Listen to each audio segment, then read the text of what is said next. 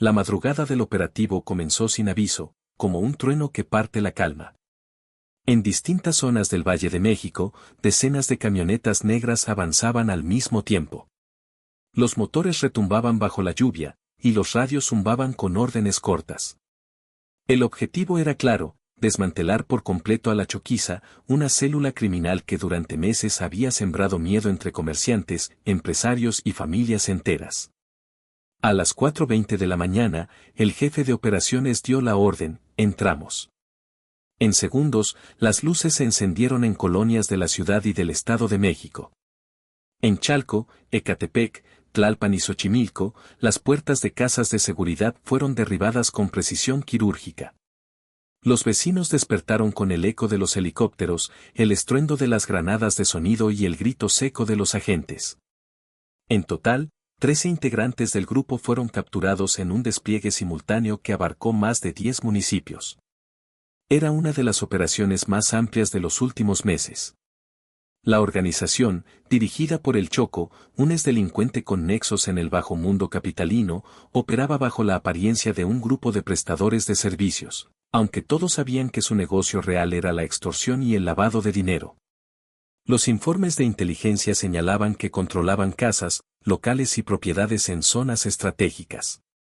72 inmuebles fueron asegurados en un solo día, todos utilizados para ocultar dinero, armas o drogas. El operativo fue encabezado por fuerzas federales en coordinación con la Secretaría de Seguridad Ciudadana. Desde el centro de mando, Omar García Harfuch seguía cada movimiento en tiempo real. No había espacio para el error. Las órdenes eran precisas: capturar sin bajas y asegurar cada prueba posible. Cuando llegaron los primeros reportes de detenciones confirmadas, Harfuch solo dijo una palabra: avancen. El resultado fue contundente. Entre los detenidos había hombres y mujeres que fungían como operadores financieros, halcones y cobradores. Algunos intentaron huir saltando azoteas, otros se atrincheraron, pero ninguno logró escapar. En cuestión de horas, la red estaba desmantelada. En los decomisos se encontraron fajos de billetes, armas cortas, joyas y documentos que mostraban la magnitud del negocio. Las imágenes del operativo comenzaron a circular poco después. Helicópteros sobrevolando la capital, convoys avanzando entre calles estrechas, agentes encapuchados escoltando a los detenidos. En redes sociales, la noticia se expandió como pólvora. Cayó la Choquiza, decían los encabezados. Y con esa frase, el país entero supo que la cacería que había comenzado meses atrás había llegado a su punto más alto. Detrás del nombre que hoy acapara titulares, existía una historia que se fue tejiendo en silencio durante años. La Choquiza no nació como un cártel ni como una banda tradicional. Surgió de un grupo pequeño de prestamistas, cobradores y exfuncionarios que encontraron en la extorsión una forma rápida de enriquecerse. Su líder, Luis Gerardo N., conocido en el bajo mundo como El Choco, había comenzado como intermediario en créditos informales. Poco a poco, sus métodos pasaron de la insistencia al miedo. Y cuando descubrió que el terror pagaba mejor que la paciencia, ya era demasiado tarde para volver atrás. Los primeros reportes de inteligencia lo ubicaban operando en alcaldías como Cuauhtémoc y Venustiano Carranza.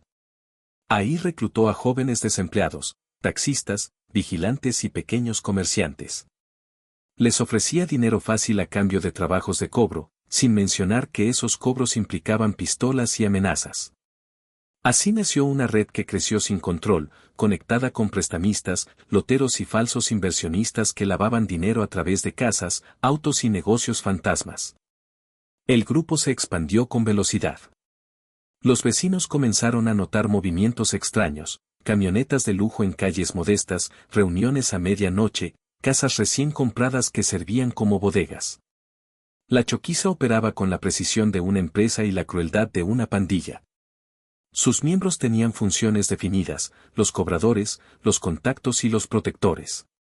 Estos últimos eran los más peligrosos, pues mantenían vínculos con policías corruptos y servidores públicos locales. El Choco se jactaba de su supuesta impunidad. En reuniones privadas, aseguraba tener palancas arriba. Su nombre comenzó a circular en ambientes políticos, sobre todo en la alcaldía Cuauhtémoc, donde se le relacionó indirectamente con figuras públicas y empresarios de alto perfil. La mención de Sandra Cuevas, jefa de esa demarcación, encendió las alarmas mediáticas. Aunque nunca se comprobó una relación directa, los rumores crecieron cuando se supo que varios de los operadores de la Choquiza trabajaban en programas de apoyo locales y usaban credenciales oficiales. Mientras la red crecía, también lo hacía su arrogancia. Compraban autos de lujo, relojes importados, propiedades en zonas exclusivas y, sobre todo, silencio. Las denuncias que llegaban a las autoridades desaparecían misteriosamente en los escritorios. Por eso, cuando Harfuch ordenó abrir la investigación, sabía que se enfrentaba a algo más que una banda, era un sistema que se había enquistado entre la delincuencia y la política. Durante meses, los agentes encubiertos siguieron sus movimientos, infiltraron reuniones y rastrearon transferencias. Descubrieron que la Choquiza no solo extorsionaba, sino que también invertía en giros legales, gasolineras, inmobiliarias y hasta negocios de comida. Todo servía para lavar dinero y mover efectivo sin levantar sospechas. El Choco había convertido su red en una empresa criminal con fachada respetable. El expediente crecía día a día, y con él, la presión pública. Las autoridades no podían actuar sin pruebas contundentes. Pero cuando una grabación reveló que los mismos cobradores presumían tener protección en la Cuauhtémoc, la historia cambió para siempre. El caso dejó de ser un asunto local y se convirtió en una operación de Estado. Nada en el operativo de aquella madrugada fue improvisado. La caída de la Choquiza fue el resultado de meses de trabajo silencioso, de seguimientos, infiltraciones y noches enteras frente a pantallas donde cada movimiento era analizado con precisión. Desde una oficina sin ventanas en el edificio central de la Secretaría de Seguridad, un equipo especial de inteligencia había construido, pieza por pieza, el rompecabezas que llevaría al colapso del grupo. El punto de partida fue un audio filtrado. Una voz masculina decía con calma: si no paga, le prendemos fuego al local. Ya sabes lo que pasó en la Cuauhtémoc. Esa frase se convirtió en la primera hebra de una red inmensa. Los analistas la cruzaron con reportes de extorsión y hallaron coincidencias en varias zonas. En cuestión de días, el mapa digital mostraba líneas que unían colonias, negocios, vehículos y nombres que se repetían. Todos llevaban al mismo punto, la Choquiza. Harfuch sabía que no bastaba con atrapar a los cobradores. Había que desmantelar la estructura completa, desde los reclutadores hasta los financistas. Por eso ordenó la creación de un grupo encubierto, integrado por agentes con experiencia en operaciones urbanas. Algunos se infiltraron como empleados, otros como proveedores o vecinos comunes. Pasaron semanas ganándose la confianza de los miembros menores del grupo, grabando conversaciones, registrando entregas de dinero, tomando fotos desde vehículos estacionados. Cada avance era una victoria mínima. Las cámaras escondidas captaron reuniones donde los líderes contaban fajos de billetes y hablaban de las casas seguras. En una de esas grabaciones, un operador mencionó el nombre de El Choco con respeto casi religioso. Sin él no se mueve nada, dijo. Esa frase confirmó lo que Harfuch sospechaba: el líder seguía activo, y controlaba su red desde la capital. El equipo de inteligencia también rastreó los números telefónicos. Descubrieron que usaban chips desechables que cambiaban cada semana, pero un descuido los delató. Un número utilizado para coordinar cobros apareció registrado en un contrato de renta de vehículos a nombre de una mujer cercana a El Choco. Ese fue el hilo que permitió localizar las primeras propiedades. Desde ahí, todo fue cayendo una por una: las casas, las cuentas, las rutas del dinero. Durante 5 meses, los agentes documentaron 47 entregas ilegales, 31 transferencias no declaradas y 12 reuniones entre operadores. El expediente creció hasta alcanzar más de 2000 páginas. Cada fotografía, cada conversación, cada nombre, formaba parte del cerco que se cerraba sobre la organización. A veces la justicia avanza despacio, dijo Harfuch en una reunión interna, pero cuando llega, no deja nada en pie. La información fue compartida con la Fiscalía General y con la Unidad de Inteligencia Financiera. Nadie fuera del círculo sabía lo que se preparaba. El operativo se planificó con tal secreto que solo 5 personas conocían la lista completa de objetivos. El propio Harfuch revisaba los reportes cada noche, marcando con tinta roja los puntos más sensibles. Sabía que, entre esos nombres, había vínculos incómodos. Pero el plan no se detendría. El 4 de la madrugada del día señalado, los equipos estaban listos. El helicóptero sobrevoló las primeras coordenadas. En las pantallas, las luces de la ciudad parecían un tablero de ajedrez donde cada movimiento había sido calculado. Harfuch observó el mapa y pronunció la frase que su equipo recordaría por años: es hoy. Que nadie se quede de pie. A las 4 en punto de la madrugada, la ciudad todavía dormía. Las luces de los helicópteros se reflejaban sobre los techos mojados cuando la señal verde iluminó el centro de mando. La voz de Harfuch sonó firme a través del radio: todos los equipos, procedan. Esa fue la chispa que encendió uno de los despliegues más coordinados en la historia reciente del Valle de México. En simultáneo, unidades tácticas irrumpieron en 14 puntos distintos, desde una casa blanca en Tlalpan hasta un complejo en Chalco. Ninguno de los objetivos tuvo tiempo de reaccionar. En Xochimilco, los vecinos despertaron con el sonido de las botas golpeando el pavimento y los gritos de «policía, nadie se mueva». En segundos, los agentes rompieron candados, aseguraron pasillos y encontraron armas escondidas bajo el piso. En Ecatepec, otro equipo interceptó una camioneta que intentaba escapar. Adentro viajaban 3 hombres armados con pistolas y chalecos con las siglas falsas de una empresa de seguridad. En sus teléfonos se hallaron mensajes de alerta: ya saben. Caen todos. El operativo fue una coreografía de precisión. Cada grupo tenía objetivos asignados: captura, aseguramiento y contención. Las órdenes eran claras: 0 bajas, 0 filtraciones. A las 4:23, el primer informe confirmaba la detención de 5 sospechosos.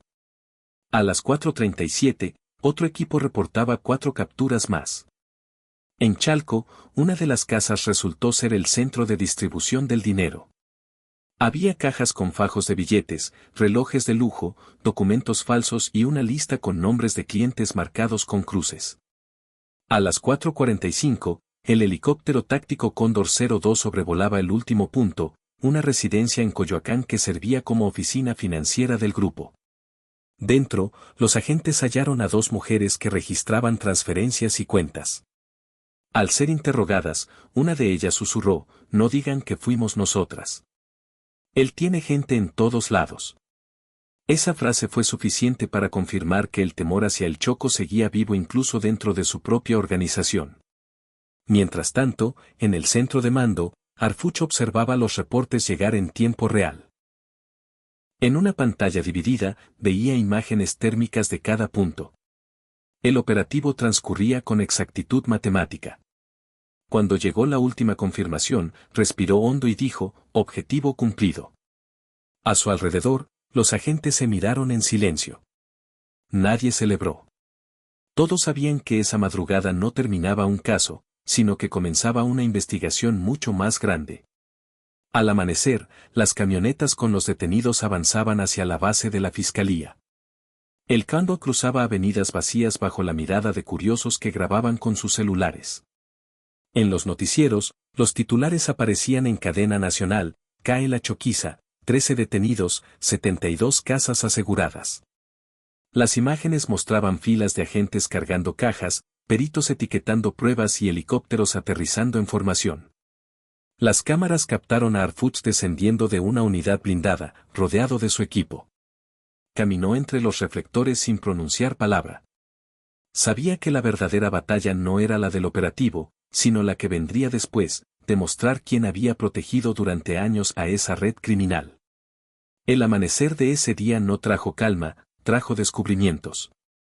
Mientras los medios mostraban imágenes de los detenidos, los equipos de investigación trabajaban dentro de las 72 casas aseguradas durante el operativo. Cada puerta abierta era una sorpresa, cada habitación una historia distinta. Lo que parecía una operación de extorsión común comenzó a revelar algo mucho más profundo. Un entramado de poder, dinero y secretos. En una propiedad ubicada en Tlalpan, Los agentes hallaron una bóveda oculta detrás de un closet. Dentro, había fajos de billetes, relojes de oro, joyas y una caja metálica con documentos que contenían nombres y montos.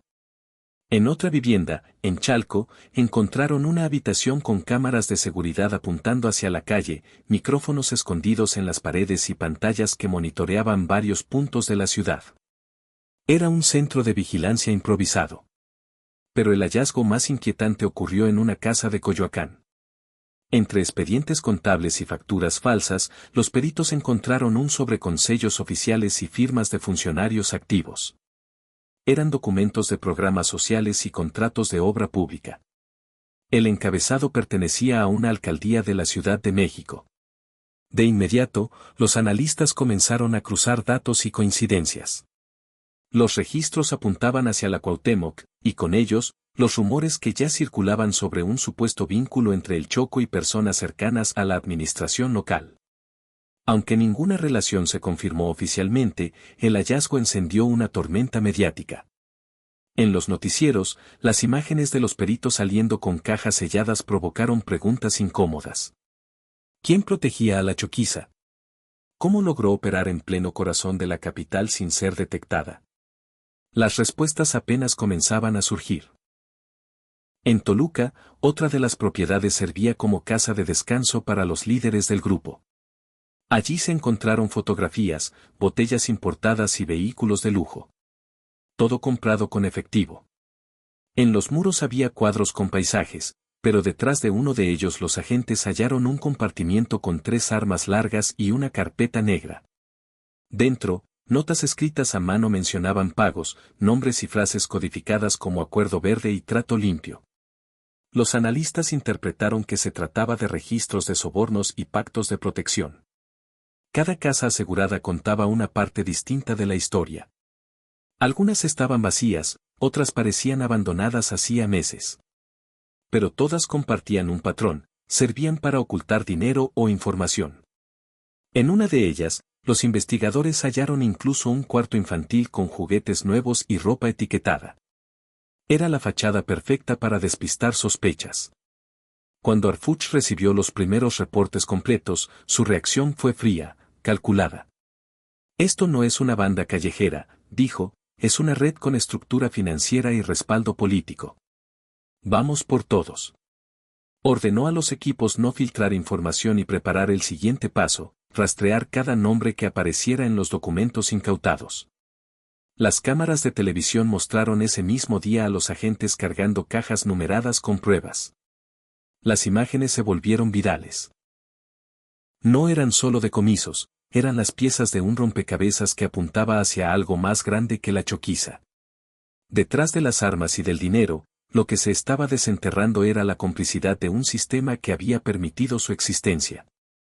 La captura de los 13 integrantes de la Choquiza no fue solo el fin de una célula criminal, fue el inicio de un terremoto político y social. En menos de 24 horas, los efectos comenzaron a sentirse en los rincones más inesperados.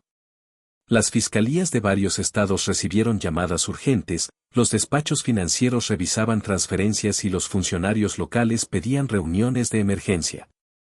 El miedo cambió de bando. Los detenidos habían comenzado a hablar.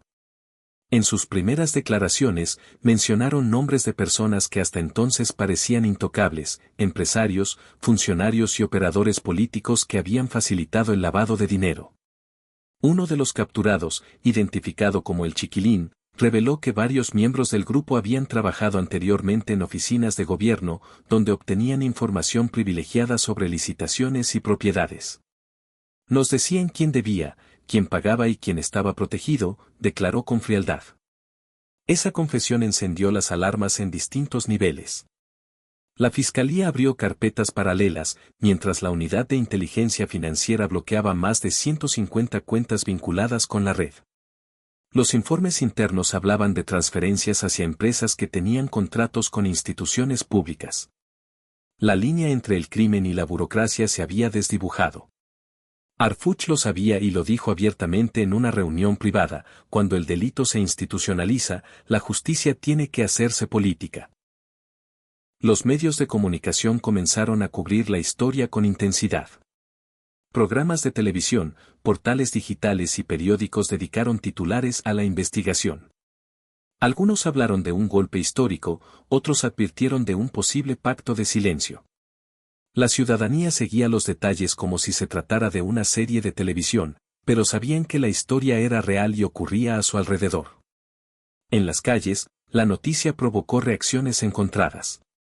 Algunos celebraban la caída del grupo como un triunfo contra la impunidad, mientras otros murmuraban que detrás de cada arresto se escondía una guerra interna de poder. Las redes sociales se llenaron de teorías, acusaciones y nombres.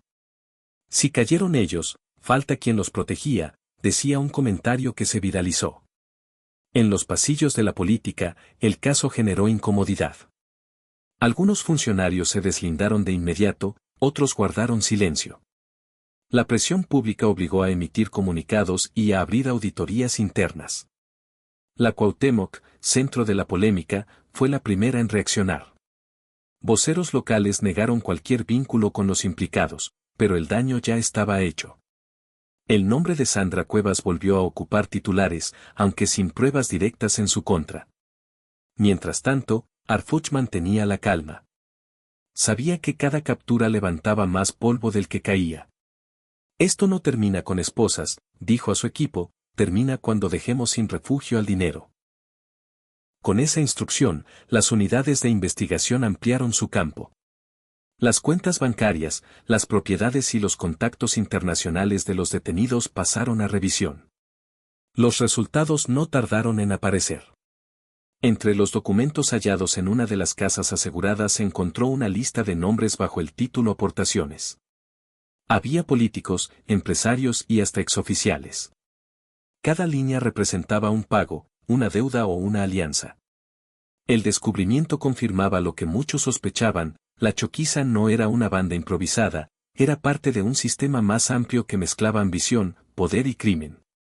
En los noticieros nocturnos, los analistas lo resumieron con una frase que se volvió viral: el crimen organizado dejó de esconderse en las calles, ahora se sienta en las oficinas. La presión mediática era asfixiante. Cada cadena de televisión abría con las mismas imágenes: los detenidos, las cajas de evidencia y el rostro de Omar García Harfuch en el centro de la escena. Los periodistas exigían respuestas, los analistas lanzaban teorías y los políticos guardaban un silencio incómodo. En medio del ruido, Harfuch decidió hablar.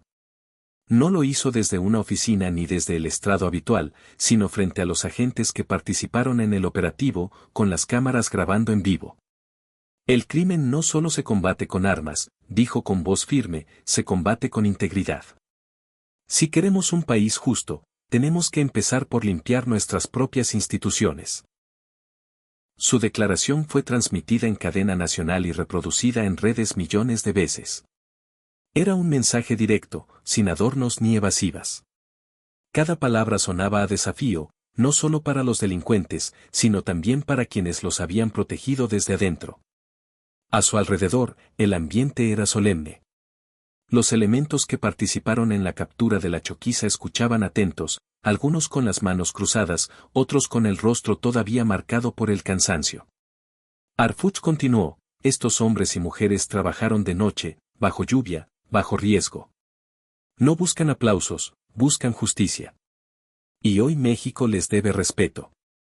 Los aplausos llegaron, pero breves, discretos, como un juramento más que como una ovación. Después, los reporteros comenzaron a lanzar preguntas. ¿Qué sigue después de este golpe? Harfuch respondió sin dudar: lo que sigue es desmantelar los vínculos financieros y políticos que lo sostuvieron. No podemos hablar de seguridad si no tocamos la raíz de la corrupción. Esa frase marcó un punto de quiebre. No solo era un mensaje institucional, era una advertencia. Los noticieros la repitieron durante todo el día. No podemos hablar de seguridad si no tocamos la raíz de la corrupción. Las redes sociales la convirtieron en tendencia. Ciudadanos, periodistas y activistas coincidieron en algo poco común: Harfuch había dicho en voz alta lo que durante años nadie se atrevía a reconocer. Esa misma tarde, el presidente solicitó un informe detallado del caso. Quería conocer los alcances reales de la operación y las implicaciones políticas. Arfuch viajó personalmente a Palacio Nacional con una carpeta bajo el brazo. En el interior, llevaba los nombres de las personas vinculadas, las propiedades aseguradas y el mapa de la red completa. La reunión duró más de 2 horas. Al salir, no dio declaraciones. Solo pronunció una frase corta ante los medios: el compromiso es con el pueblo, no con los intereses. La frase fue suficiente para encender nuevamente el debate público. En los programas nocturnos, los panelistas discutían si Arfuch se había convertido en la figura más fuerte de la lucha contra el crimen o en un enemigo para ciertos grupos políticos. En las calles, la percepción era otra. Para la gente, su voz representaba la esperanza de un Estado que por fin se atrevía a mirar hacia adentro. En privado, los cercanos a Arfuch aseguran que esa noche, antes de dejar la oficina, miró el mapa de los operativos y dijo en voz baja: todavía faltan nombres. Y caerán también. El eco del operativo contra la Choquiza no se detuvo con las capturas. Como una piedra arrojada al agua, el caso comenzó a generar ondas que se expandieron por todo el país. En cuestión de días, lo que había empezado como una operación policial se transformó en una investigación federal con múltiples líneas abiertas. Cada nuevo dato revelaba una conexión, una alianza, una sombra detrás del poder. Los informes de la Unidad de Inteligencia Financiera confirmaron lo que Arfuch ya intuía: la Choquiza no era una organización aislada, sino una pieza de una red mucho más grande. A través de prestanombres, empresas fantasmas y contratos inflados, el dinero circulaba entre municipios, dependencias y negocios aparentemente legales. Había constructoras que nunca construyeron, fundaciones que no existían y asociaciones civiles que servían como tapadera para lavar efectivo. La investigación alcanzó al sector privado. Grandes empresarios comenzaron a aparecer en las carpetas, algunos como víctimas, otros como cómplices. Las autoridades descubrieron que varias firmas habían sido utilizadas para triangular recursos a cambio de protección o silencio. En los documentos incautados, había correos electrónicos y transferencias que mostraban cómo el dinero del crimen se mezclaba con fondos públicos. La frontera entre lo legal y lo ilegal se desdibujaba con cada hallazgo. Mientras tanto, las redes sociales se convirtieron en campo de batalla. Algunos defendían la labor de las autoridades, otros señalaban que el caso era solo la punta del iceberg. Cada día surgían nuevos nombres, nuevos vínculos, nuevas sospechas. En los noticieros, los comentaristas lo definían como el caso más sensible de la administración, porque no solo hablaba de crimen, hablaba de poder. En el Congreso, diputados exigieron una auditoría nacional sobre el uso de programas sociales y subsidios locales. Querían saber cuántos de esos recursos habían terminado en manos del crimen organizado. La discusión se volvió política. Algunos intentaron desviar la atención, otros pidieron la renuncia de funcionarios implicados. Pero la presión pública era demasiado fuerte. La gente ya no pedía explicaciones, pedía consecuencias. Arfuch, por su parte, mantuvo su postura firme. En una entrevista televisiva, cuando le preguntaron si temía represalias, respondió: el miedo es parte del trabajo, pero la cobardía no puede ser parte del Estado. Esa frase recorrió el país entero. Fue citada en columnas, en redes, en discursos. El mensaje era claro: no habría marcha atrás. Las ramificaciones del caso llegaron incluso al extranjero. Organismos internacionales reconocieron la operación como un ejemplo de coordinación entre inteligencia financiera y seguridad pública. Medios de América Latina destacaron la captura de la Choquiza como un punto de inflexión en la lucha contra la corrupción en México. Sin embargo, dentro del país, la tensión seguía creciendo. Los implicados buscaban amparos, los abogados pedían tiempo y los fiscales recibían presiones. Algunos testigos comenzaron a desaparecer. Otros, por miedo, pidieron protección. El caso ya no era una simple investigación, era una guerra entre la verdad y el poder. Y mientras todo eso ocurría, Arfuch se mantuvo fiel a su lema: la justicia no se negocia. En los pasillos del poder, esa frase comenzaba a sonar más como una advertencia que como un principio. El país entero esperaba su palabra. Las imágenes de los cateos, los detenidos y las casas aseguradas habían inundado los medios, pero hacía falta algo más que resultados, hacía falta un mensaje que pusiera en palabras lo que millones de personas sentían. Esa tarde, Omar García Harfuch apareció frente a las cámaras en un salón sin adornos, flanqueado por su equipo. No había pancartas ni música de fondo, solo el sonido de los flashes y un silencio expectante. Hoy no celebramos una captura, celebramos la verdad, comenzó. Su voz era firme, pausada, casi didáctica. La Choquiza no era un grupo más. Era el reflejo de un problema más profundo, el dinero fácil, la impunidad y la corrupción que se disfrazan de oportunidad. Y mientras existan quienes crean que pueden usar al pueblo como escudo o negocio, seguiremos aquí, trabajando, día y noche. Cada frase era un golpe controlado. No estamos cazando delincuentes, estamos cazando costumbres. Porque en este país, el silencio se volvió costumbre, y eso es lo que tenemos que romper. En la primera fila, los reporteros tomaban notas sin apartar la vista. Nadie interrumpía. Era la voz del Estado hablándole al país sin rodeos. Hay quienes piensan que la justicia se compra. No entienden que el verdadero poder no se mide en dinero, sino en memoria. Este caso no se va a olvidar. Lo que vimos con la Choquiza es la consecuencia de mirar hacia otro lado durante años. Y hoy lo decimos claro, ya no. Las redes sociales explotaron. El discurso se transmitía en directo por televisión, radio y plataformas digitales. Los comentarios se multiplicaban por miles, por fin alguien lo dice con valor. Ese es el tono que México necesita. La justicia no se compra, se ejerce. La frase de Harfuch se volvió tendencia inmediata, repetida por periodistas, funcionarios y ciudadanos comunes. En los minutos finales, su tono se volvió más humano. Este trabajo no tiene héroes. Los verdaderos héroes son las familias que siguen aquí, que no se rinden, que confían en un país mejor. Cada caso cerrado es una promesa cumplida con ellos. Luego bajó la mirada, respiró hondo y concluyó con una sola línea: a quienes creen que pueden esconderse detrás de su poder o su dinero, les aviso, el Estado ya los está buscando. El silencio posterior fue más elocuente que cualquier aplauso. Los asistentes se quedaron quietos, sabiendo que acababan de presenciar algo más grande que un discurso, una declaración de principios. En los noticieros, los conductores cerraron con una misma idea: no fue un mensaje político. Fue un mensaje de país.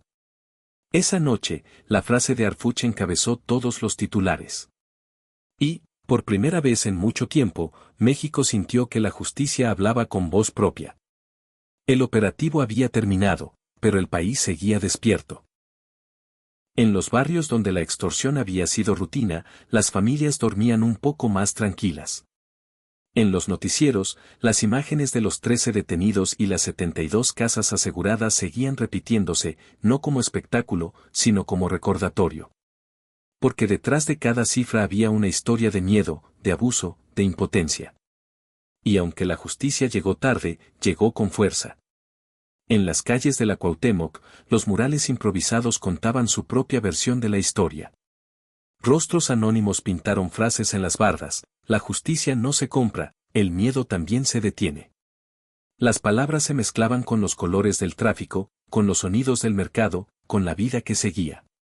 En los cafés, los vecinos comentaban el caso como si hablara de ellos mismos, porque en cierto modo lo hacía.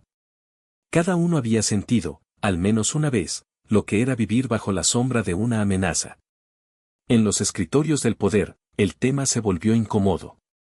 Los funcionarios revisaban sus contratos, los empresarios sus cuentas, los alcaldes sus registros. Sabían que el mensaje de Harfuch no había sido retórico. Era una advertencia, una línea que ya no podía cruzarse sin consecuencias. En los tribunales, los jueces revisaban con más cuidado los expedientes, conscientes de que el país los estaba mirando. Mientras tanto, Harfuch seguía trabajando. No había discursos ni celebraciones. En su oficina, la luz seguía encendida entrada la noche. Sobre el escritorio descansaba una carpeta marcada con letras negras: caso Choquiza, conclusión preliminar. La abrió una vez más. Las fotos, Los informes, las transcripciones, cada página era el retrato de un sistema que había sobrevivido demasiado tiempo sin ser tocado. Lo cerró despacio, tomó su libreta y escribió una sola frase: la corrupción no se destruye con fuerza, se destruye con constancia. Fuera del edificio, la ciudad respiraba una calma extraña. En algunos barrios, los comercios volvieron a abrir sin pagar cuotas. Los cobradores habían desaparecido. La gente caminaba con la prudencia de quien todavía no cree del todo, pero quiere hacerlo. Y eso, para Harfuch, era suficiente. Porque la verdadera victoria no está en las capturas, sino en devolverle la fe a la gente. En las semanas siguientes, las investigaciones continuaron. Nuevos implicados fueron citados, más propiedades aseguradas, más cuentas congeladas. Pero algo había cambiado en el discurso nacional. La palabra justicia volvió a tener peso. Ya no sonaba vacía. La figura de Harfuch se transformó en símbolo, no por los reflectores, sino por lo que representaba: el regreso de la autoridad moral, la promesa de que el Estado aún puede imponer orden sin miedo. El caso de la Choquiza se convirtió en un espejo del país. Reflejó lo mejor y lo peor, la valentía de quienes luchan y la miseria de quienes traicionan. Mostró que detrás de cada red criminal hay un tejido social que puede romperse o resistir. Y sobre todo, recordó que ningún poder, por grande que sea, puede sostenerse eternamente sobre el dolor de los demás. Cuando las cámaras se apagaron y los titulares cambiaron de tema, la historia no terminó. Continuó en silencio, en las calles que volvieron a tener nombres en lugar de amenazas. En los ojos de los agentes que siguieron patrullando. En la memoria colectiva de un país que, por fin, empezó a entender que la justicia no se decreta, se construye. Esa noche, al salir del edificio, Harfuch levantó la vista hacia la ciudad. Las luces parecían más lejanas, pero también más limpias. Caminó sin escolta, con la serenidad del que sabe que la batalla no se gana en un día, pero se empieza ganando uno. Y mientras se alejaba, las palabras que había pronunciado en su discurso seguían flotando en el aire, como un compromiso con todos los que aún creen: el miedo cambió de lado.